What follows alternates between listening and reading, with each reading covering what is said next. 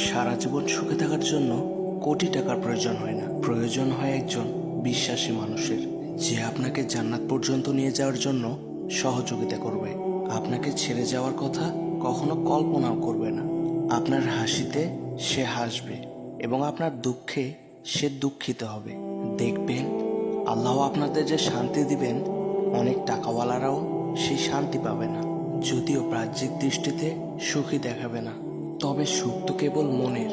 দুনিয়ার দুঃখের মাঝে আপনারা উভয়ে বলবেন আলহামদুলিল্লাহ, যা কেবল দিনদারের কাছেই পাওয়া যায়। আর এই সাময়িক কষ্টের কারণে পরকালে পেয়ে যাবেন রবের অফুরন্ত উপহার।